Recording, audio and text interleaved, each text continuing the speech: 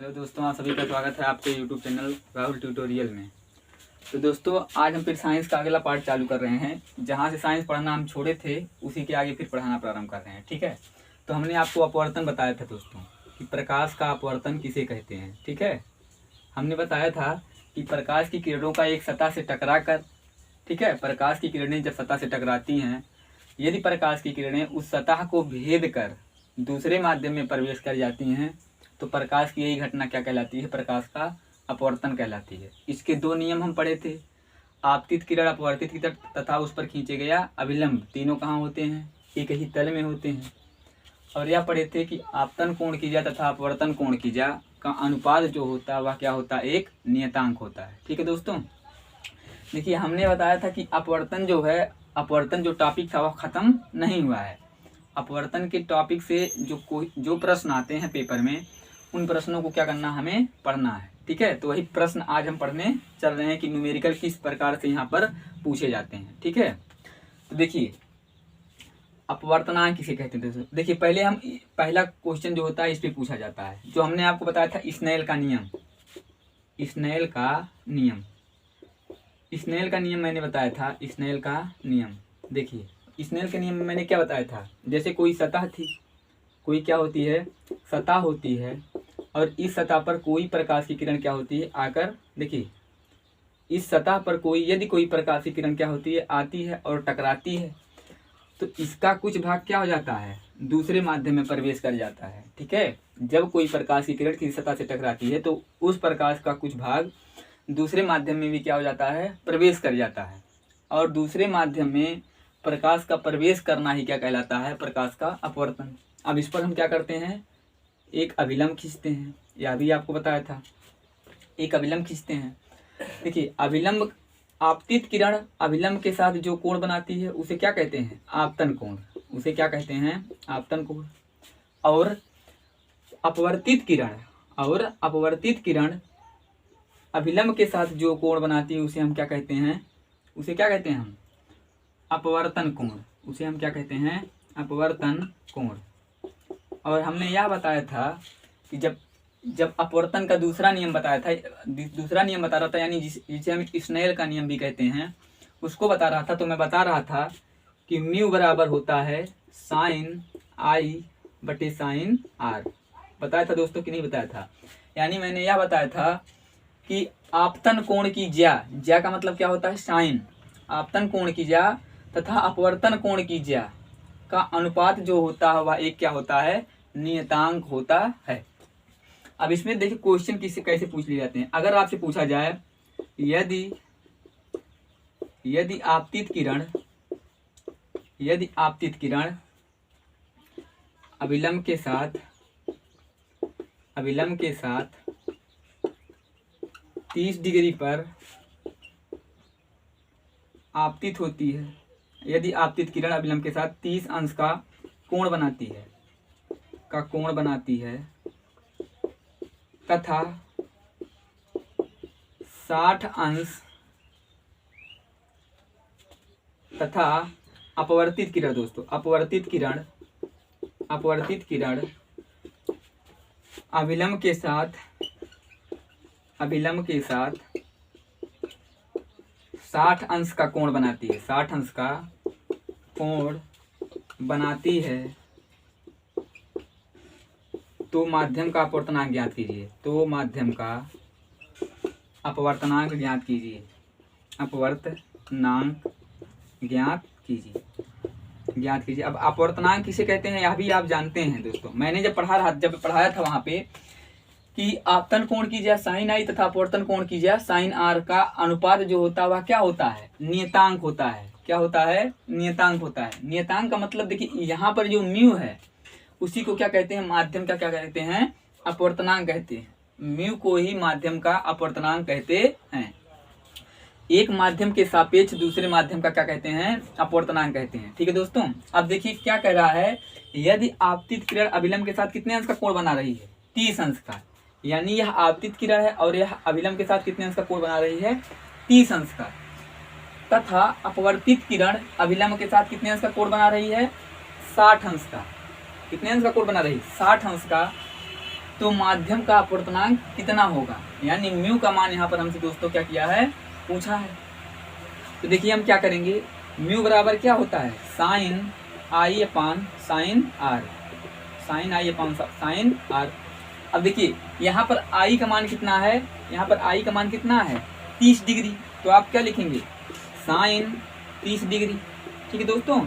और sign sign, अब देखिए यहाँ पर आर का मान कितना है 60 डिग्री, यहाँ पर आर का मान कितना है 60 डिग्री। अब देखिए दोस्तों, जब मैथ में हम एक चैप्टर पढ़ेंगे ट्राइग्नोमेट्री यानी त्रिकोणमिति, तब वहाँ पर 30 डिग्री और 60 डिग्री का मान, इसमें साइन में भी, कॉस में भी, टेन में, कोसेक में, सेक में और काट में, आपको मान मैं इस तरीके से याद करा दूंगा कि आप भूलेंगे नहीं। देखिए दोस्तों, यहाँ पर सिर्फ आप जानिए साइन 30 डिग्री का, साइन 30 अंश का मान होता है 1/2, यानी साइन 30 का मान कितना होता है 1/2 होता है, जबकि साइन 60 का मान होता है √3/2, √3/2। ठीक है दोस्तों, फिर से सुनिए, यहाँ पर म्यू का मान हमें ज्ञात करना है और म्यू बराबर क्या होता है साइन आई बटे साइन आर। आई यहाँ पर क्या है, आपतन कोण है, आई यहाँ पर क्या है, आपतन कोण है, जबकि आर यहाँ पर क्या है, अपवर्तन कोण है। अब देखिए दोस्तों, हम इसको मिटा रहे हैं, देखिए अब क्या करेंगे, देखिए 1/2, 1/2। अब देखिए 1/2 का, यानी 1/2 कहाँ से आया आप जानते हैं, साइन 30 अंश का मान 1/2 होता है, जबकि साइन 60 का मान कितना होता है, √3/2 होता है।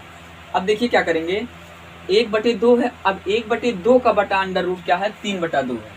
जब बटे का बटा होता है दोस्तों, तो उसको, उसके बटे को यानी भाग को हम किस में चेंज कर देते हैं, गुणा में चेंज कर देते हैं, और नीचे दी गई भिन्न को पलट कर क्या करते हैं, लिख देते हैं, पलट कर क्या कर देते हैं, लिख देते हैं। यहाँ पर √3/2 था, तो यहाँ पर हम क्या लिख देंगे, 2/√3।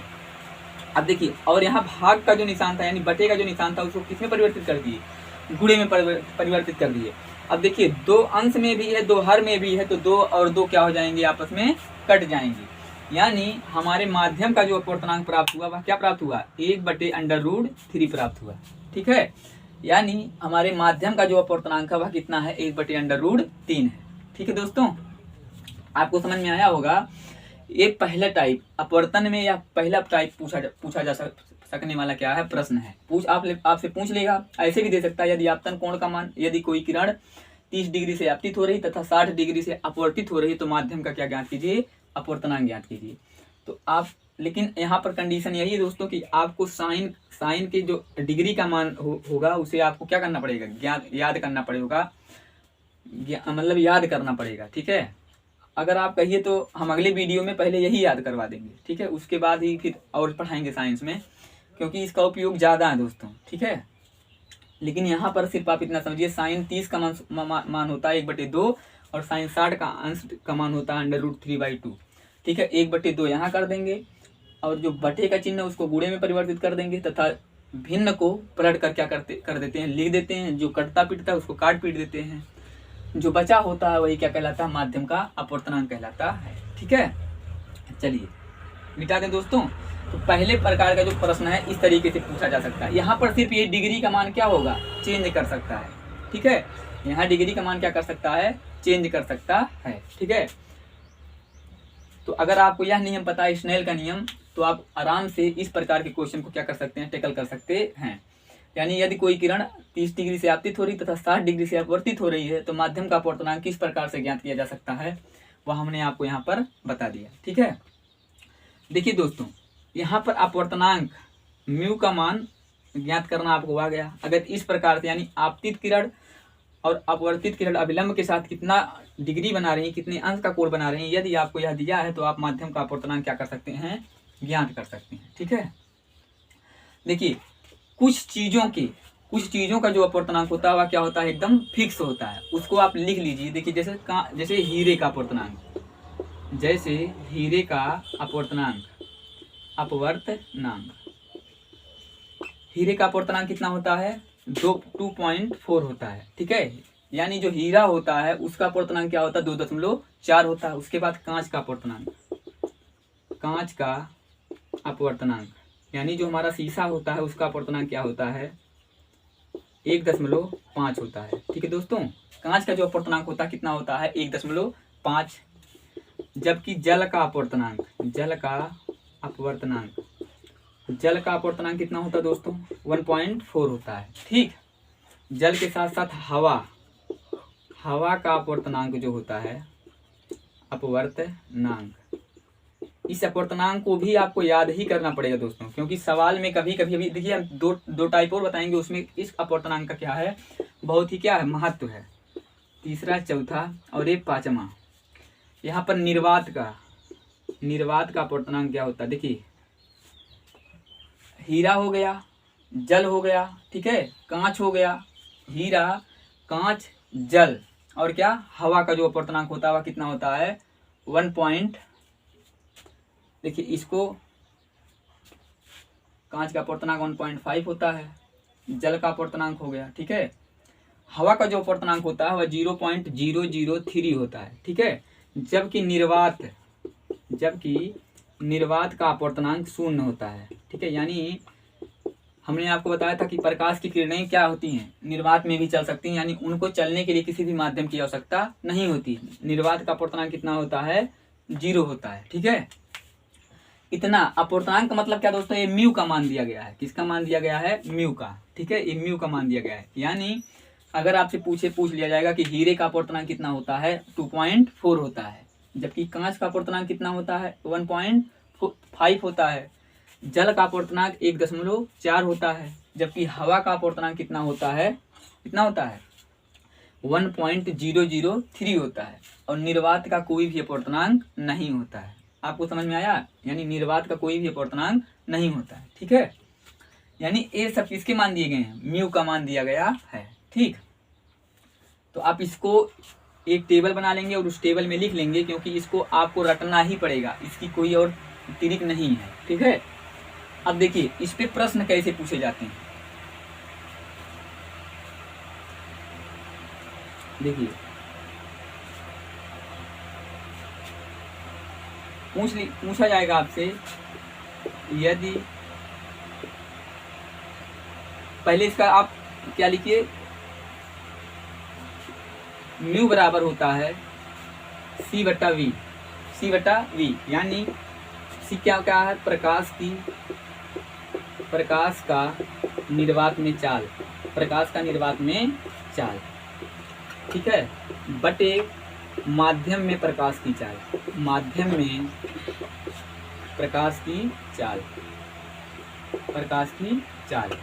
यानी अपवर्तनांक बराबर होता है। देखिए वहां पर भी मैंने अपवर्तनांक बताया था, लेकिन वहां पर आपतन कोण और अपवर्तन कोण से रिलेट करके बताया था। तो कभी कभी आपतन कोण और अपवर्तन कोण का मान दिया रहता है, तब आपसे अपवर्तनांक पूछा जाता है उस माध्यम का। लेकिन कभी कभी आपको माध्यम में प्रकाश की चाल दे करके और आपसे म्यू का मान पूछ लिया जाएगा, या आप देखिए या तो क्या किया जाएगा, प्रकाश का निर्वात में चाल आप जानते हैं कितना होता है 3 × 10⁸ होता है। ठीक है, 3 × 10⁸ मीटर प्रति सेकंड होता है। ठीक है दोस्तों, देखिए क्वेश्चन आपसे कैसे पूछेगा, दे देगा यदि किसी माध्यम में प्रकाश की चाल 1.4 ×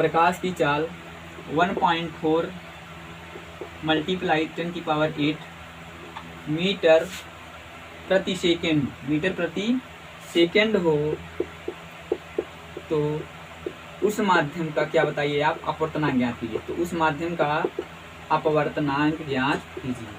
इस तरीके से आपसे प्रश्न पूछा, अपवर्तनांक ज्ञात कीजिए। ठीक है, क्या कहा दोस्तों, यदि किसी माध्यम में, यानी कोई माध्यम है जिसमें प्रकाश की चाल कितनी हो जा रही है 1.4 × 10⁸ मीटर प्रति सेकंड हो जा रही है, तो उस माध्यम में, यानी जिस माध्यम में सूर्य का प्रकाश क्या कर रही है प्रवेश कर रही है, उस माध्यम का अपवर्तनांक क्या होगा, यही हमको बताना है। तो देखिए जब किसी माध्यम में प्रकाश की चाल दी गई होगी, तो उसका अपवर्तनांक ज्ञात करने के लिए दोस्तों हम इस फार्मूले का प्रयोग करेंगे, यानी म्यू बराबर C/V।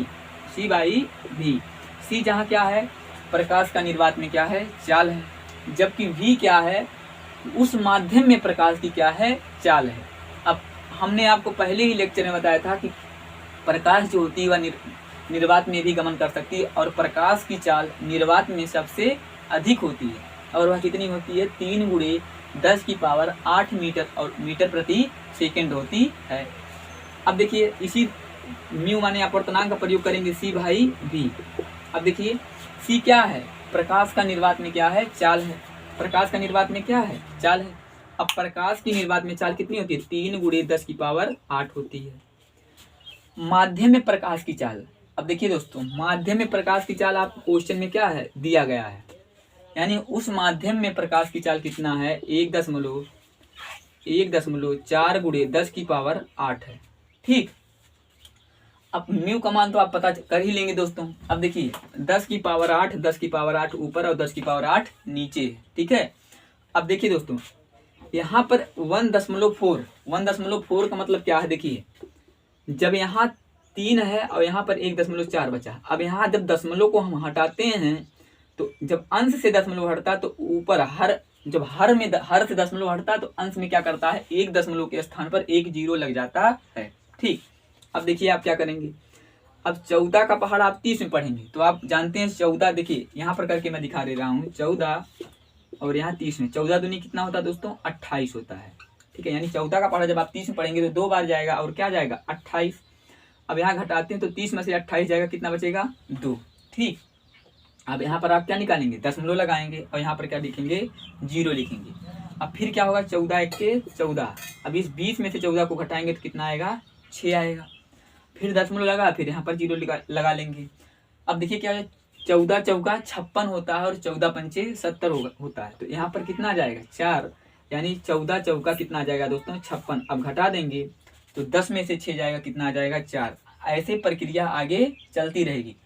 आप जनरल में गुणा भाग जोड़ घटाव करना तो जानते ही होंगे, तो इतना काम आपको पेपर में नहीं करना है, क्योंकि नहीं तो आपका समय क्या हो जाएगा, ज़्यादा लग जाएगा। ठीक है, यानी जब हम 30 में 14 से भाग देते हैं तो लगभग आंसर कितना आता है, 2.1 आता है। ठीक है, यानी यदि कोई प्रकाश की किरण किसी माध्यम में 1.4 गुणे 10⁸ मीटर प्रति सेकंड से क्या करती है, प्रवेश करती है या चलती है, तो उस माध्यम का अपवर्तनांक कितना होता है, 2.1 होता है।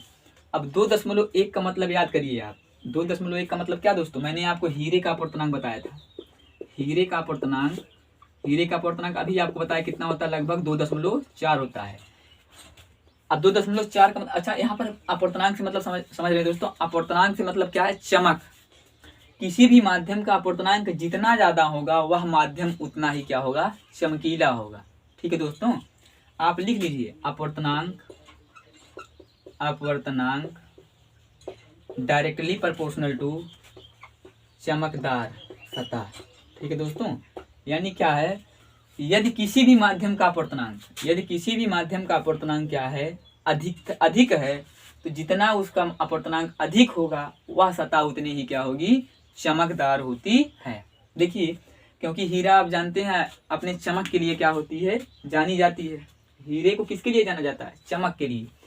अब देखिए जितना लगभग हीरे का अपवर्तनांक है उसी के आसपास किसका अपवर्तनांक आया, उस माध्यम का अपवर्तनांक आया है जिसमें सूर्य की प्रकाश की किरण क्या हो रही थी, प्रवेश कर रही थी। ठीक है, तो आप यह कह सकते हैं कि वह माध्यम जिसमें वह प्रकाश की किरण 1.4 गुणे 10⁸ मीटर प्रति सेकंड से चल रही थी, वह माध्यम काफी क्या होगा, चमकीला होगा। ठीक है दोस्तों, तो आप अपवर्तनांक ज्ञात करके उस माध्यम को बता सकते हैं कि वह चमकीला है अथवा चमकीला नहीं है। ठीक है, तो दूसरे प्रकार का प्रश्न आपसे इस तरीके से पूछा जा सकता है दोस्तों, या तो देखिए इस तरीके अपवर्तनांक आपको लगभग चीज़ों का बता दिया हूँ, इससे ज़्यादा अपवर्तनांक आपको क्वेश्चन में नहीं मिलेंगे। जैसे मैंने आपको क्या बताया, हीरे का अपवर्तनांक कितना होता है, 2.4 होता है। कांच का अपवर्तनांक 1.5 होता है, 1.5 होता है या 1.5 होता है। उसके बाद जल का अपवर्तनांक 1.4 होता है। उसके बाद हवा का अपवर्तनांक जो होता है वह कितना होता है, 1.0008 होता है, जबकि निर्वात में कोई भी अपवर्तनांक नहीं होता, यानी निर्वात का कोई भी अपवर्तनांक नहीं होता। ठीक, तो इस प्रकार के प्रश्न को दोस्तों आप कर ही सकते हो, लेकिन आपको निर्वात में प्रकाश की चाल क्या होनी चाहिए, पता होनी चाहिए। ठीक है, अब देखिए आगे तीसरा प्रकार जो पूछा जाता है उसे करेंगे हम, ठीक है। देखिए तीसरा प्रश्न आपसे कैसे पूछा जाएगा, फिर वही अपवर्तनांक म्यू बराबर क्या होता है, वास्तविक गहराई बटे आभासी गहराई,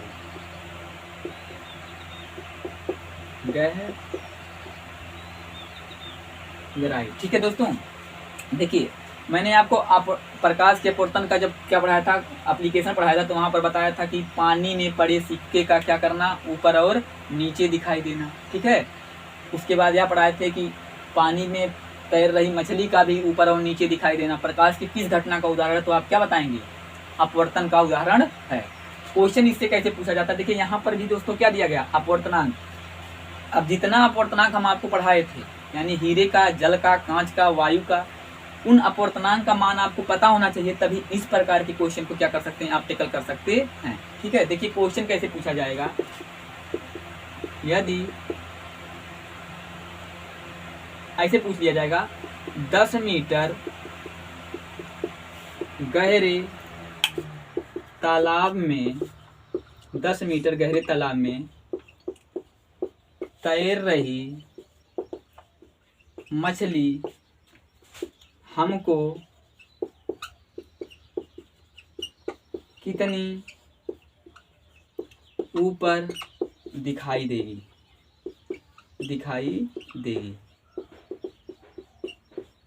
दोस्तों देखिए यहाँ पर क्या है, इसकी वास्तविक जो वास्तविक गहराई वह दिया है, वास्तविक गहराई कितना है 10 मीटर, उसकी वास्तविक गहराई कितना है 10 मीटर, लेकिन पूछा गया है क्या, हमें आभासी ऊंचाई उसकी पूछी गई है, क्या पूछी गई है,